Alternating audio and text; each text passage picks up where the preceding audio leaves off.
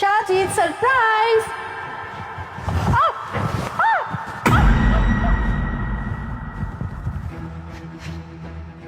Sir এখন তো আপনার কথা মতো আমি কামটা করে দিছি, তাহলে আপনার লোক আমার যে কথা হয়েছিল টাকা দেওয়ানের ওটা দিয়ে দেন, আমি যাইগা।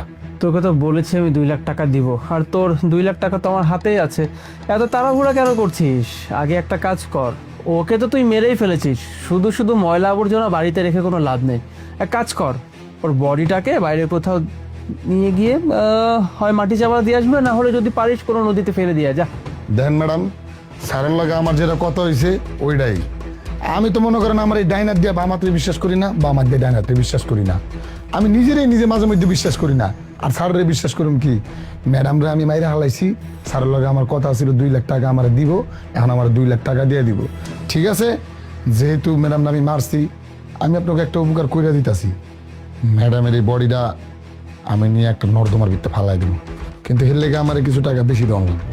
সেই হিসাবে আমি আপনাকে একটা উপকার করে দিতেছি, এই বডিটারে নিয়ে আমি একটা নর্দমার ভিতরে ফালাই দেবো, কোনো সমস্যা নাই, কিন্তু এর লেগে আমার একটু বেশি টাকা দিতে হবে। কি রে, তুই তো দেখতেছি অনেক চালাক হয়ে গেছিস। এখন যেহেতু আমরা বললাম বডিটা গুম করতে হবে, অমনি টাকা বেশি চাইতেছিস? হ্যাঁ, তোকে আমরা যেই টাকার কথা বলেছি তুই ওই টাকাই পাবি, বুঝতে পারছিস?